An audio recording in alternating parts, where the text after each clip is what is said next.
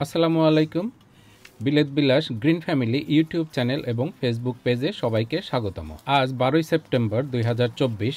আজকে ইউকেতে আর বিশেষ করে বার্মিংহামে আজ রাতে হঠাৎ করে প্রচণ্ড ঠান্ডা পড়বে, তাই আমাদের প্রিয় এই সবজি গাছগুলোকে শীতের হাত থেকে বাঁচাতে হবে। আজকে রাতের এই ঠান্ডাটা এটা শুধুমাত্র আজকের জন্যই, কারণ এরপরে আরও 3 সপ্তাহের মতো ভালো ওয়েদার আছে। তাহলে এই যে ছোট ছোট বেগুনগুলো দেখা যাচ্ছে এগুলো মোটামুটি একটু বড় হতে পারবে।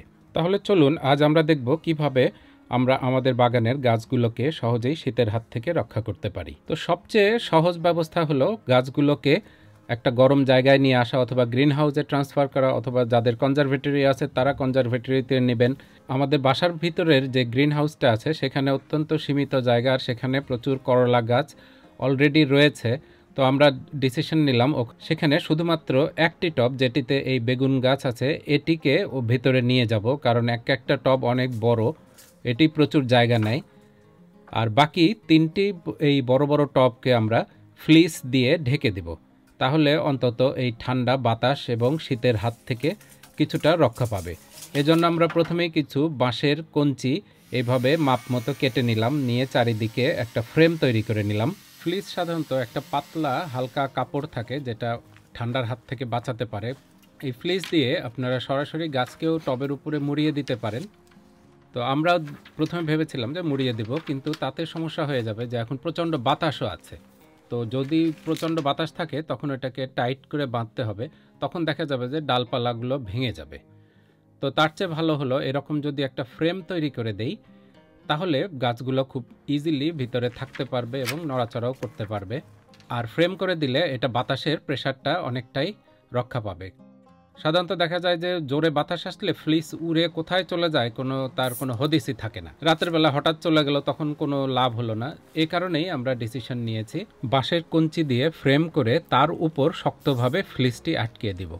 তাহলে হবে কি, এর মাঝে যেও আমরা ফল সংগ্রহ করতে পারবো। মাত্র বেগুনগুলায় মানে ধরে উঠে সুন্দরভাবে হওয়া শুরু হয়েছিল। কি অবস্থা! এগুলোকে বলে হচ্ছে স্বপ্নভঙ্গ। এবছর বিভিন্ন ঝামেলায় আমাদের বাগান করতে একটু দেরি হয়ে গেছে, আর এই চারাগুলো আমরা সিজন শুরু হওয়ার প্রায় 1 মাস পরে লাগিয়েছি, তাই এরা ফল আসতেও শুরু করেছে অনেক দেরিতে। তো এই জন্য খুব মায়া লাগছিল। তো এই টবের গাছগুলো বেশ তরতাজা আছে, তা আমরা ভাবলাম যে এটা গ্রিন হাউসেই নিয়ে যাই। 60 লিটারের এরকম মাটি ভর্তি টব এবং তার সাথে এতগুলো গাছ ফলসহ নিয়ে যাওয়া খুব একটা সহজ কাজ না। তাই খুব সাবধানে এটিকে গ্রিন হাউসে নিয়ে আসার জন্য যতদূর সম্ভব কৌশল অবলম্বন করলাম। এর মধ্যে সামান্য একটু জায়গায় আছে যাতে শুধু এই একটি টবই থাকতে পারে, আর বাকি জায়গাগুলোতে আমরা ছোট ছোট অন্যান্য গাছ দিয়ে রেখে দেব।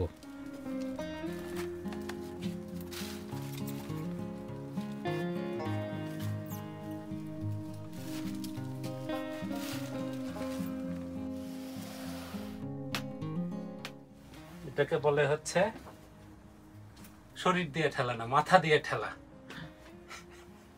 এত বড় ওজনের একটা জিনিস তোমার শরীর লাগবে না। আজ সেপ্টেম্বরের 12 তারিখ। তো গ্রিন হাউসে যদি রাখি তাহলে হিটিং ছাড়াই এই গাছটি প্রায় নভেম্বর পর্যন্ত ভালো থাকবে।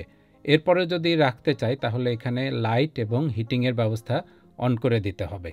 তো যতটুকু ফুল কলি যা আছে এবং ছোট ছোট বেগুন আছে এগুলো কিন্তু নভেম্বরের মধ্যেই মোটামুটি শেষ হয়ে যাবে।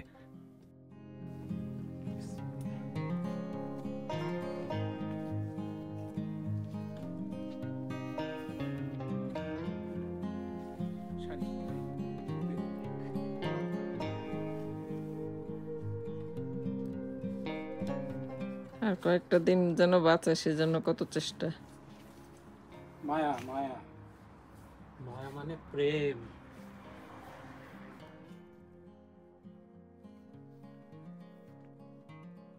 রাতের বেলা যদি 6-7 ডিগ্রি টেম্পারেচার হয় তাহলেও এই গাছগুলো মোটামুটি সারভাইভ করতে পারে, কিন্তু সমস্যা হয়ে যায় তখনই যদি ওই 6-7 ডিগ্রির সাথে যদি থাকে বাতাস, তখন এটার ফিলস লাইক টেম্পারেচার অনেক কমে যায় এবং তারপর দিন সকালে যদি কড়া রোদ ওঠে তখন ওই ঠান্ডায় শক্ত হয়ে যাওয়া গাছগুলো আবার রোদে একেবারেই দুর্বল হয়ে যায়। কারণ এই যে টেম্পারেচারের যে ফ্ল্যাকচুয়েশন এটা ওরা কোনোভাবেই নিতে পারে না। এইভাবে 2-3 দিন চললেই গাছগুলো কিন্তু একেবারেই শেষ হয়ে যাবে। যদি কোনো কারণে রাতের বেলা যদি 6-7 ডিগ্রি হয়ে যায় এবং তখন যদি কোনো প্রকার প্রোটেকশন না দেয়া যায়, তাহলে পরদিন যে কাজটা অবশ্যই করতে হবে, রোদ ওঠার সময় এদেরকে ছায়ায় নিয়ে যেতেই হবে, অথবা কোনো একটা কাপড় বা কোনো কিছু দিয়ে ঢেকে এদেরকে রোদের হাত থেকে বাঁচাতে হবে। তা না হলে ওই রোদেই এদেরকে ক্ষতি করে ফেলবে।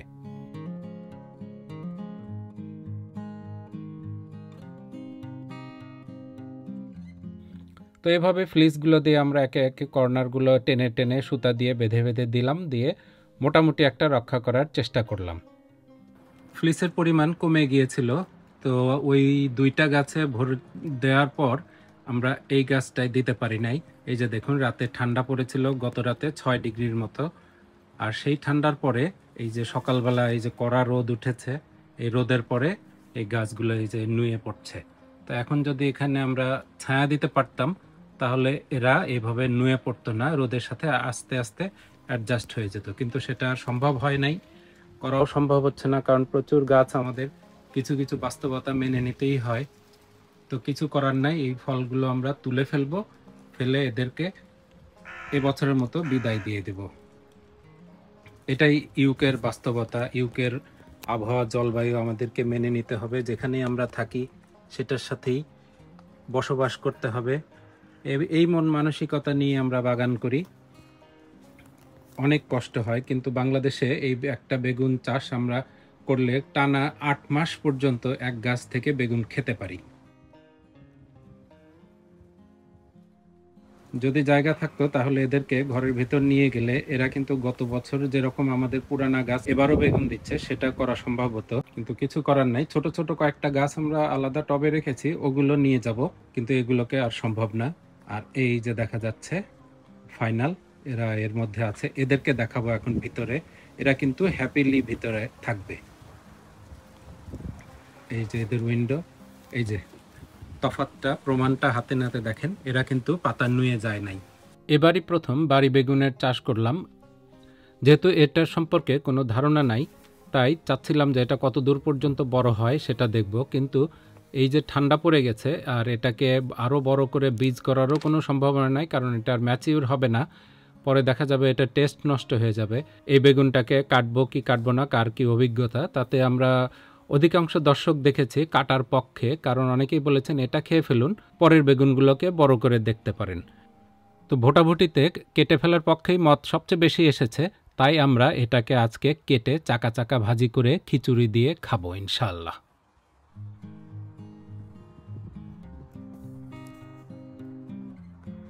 এই কাভার শুধুমাত্র ঠান্ডা থেকেই রক্ষা করে না, এটা রোদ থেকেও রক্ষা করে। রোদে যেহেতু এটা নুয়ে পড়ার কথা রাতে ঠান্ডা থাকার কারণে, সেই রোদ থেকেও, এই গরম থেকেও একে রক্ষা করছে। এভাবে অ্যাডজাস্ট হয়ে গেলে আগামীকাল পর্যন্ত এই চরম তাপমাত্রাটা পার হয়ে গেলে এরা আবার 3 সপ্তাহের জন্য খুব ভালো থাকবে। তো আমরা এই ফ্লিসের মধ্যেই রেখে দেব, যাতে মোটামুটি ভালো থাকে। এটা আর খোলার দরকার নেই, কিন্তু এই উইন্ডোগুলো ওপেন করে আমরা এখান থেকে ফসল সংগ্রহ করতে পারবো।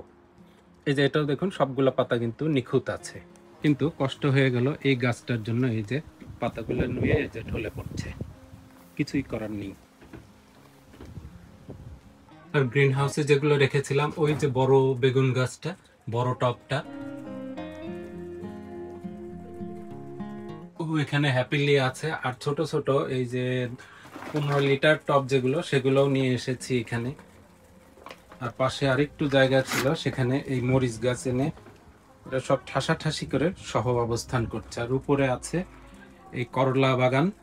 তো করলা বাগান হয়তো এই আর 15-20 দিনের মধ্যেই আমরা সমস্ত করলা তুলে এই উপরের এই জালিগুলো সব পরিষ্কার করে দিব, তাহলে এই বেগুন গাছ খুব ভালো আলো পাবে। নভেম্বর পর্যন্ত আমরা এই ফসল পেতে পারব। আর উপরে এই যে লাইটিং আছে, এই লাইটিং এই কয়েকটা গাছের জন্য যথেষ্ট। দিনের আলো সাথে এই আলো একসাথে মিলে এরা খুব ভালোভাবেই সার্ভাইভ করতে পারবে।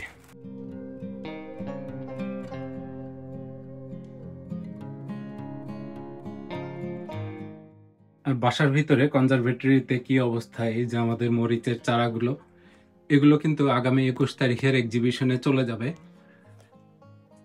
তো তার আগে এই 2 দিন এদেরকে এভাবেই আমরা এখানে রক্ষা করব। যে কচু গাছও কিন্তু ঠান্ডা সহ্য করতে পারে না। আর এই যে মাধুরী, পেয়ারা, এদের জন্য এই যে এখন দিনের আলো না থাকলে আমরা লাইটটা জ্বালিয়ে রাখি কিছুক্ষণ। তো এভাবে আমাদের আগামীকাল পর্যন্ত থাকবে, তারপরে আবার বাইরে দিয়ে দিব এই সেপ্টেম্বর যতদিন চলে। তো দেখলেন তো আমরা কিভাবে আমাদের গাছগুলোর যত্ন নিই। এভাবেই এদের সাথে আমরা সহ অবস্থান করছি। এদের প্রতি অনেক মায়া, অনেক মমতা জন্মে যায়, যার ফলে এদের এই অকাল মৃত্যু আমরা মেনে নিতে পারি না। তাই যতক্ষণ পারি চেষ্টা করি এদেরকে একটু ভালো পরিবেশ দেওয়ার জন্য। তো সবাই ভালো থাকবেন। আল্লাহ হাফেজ।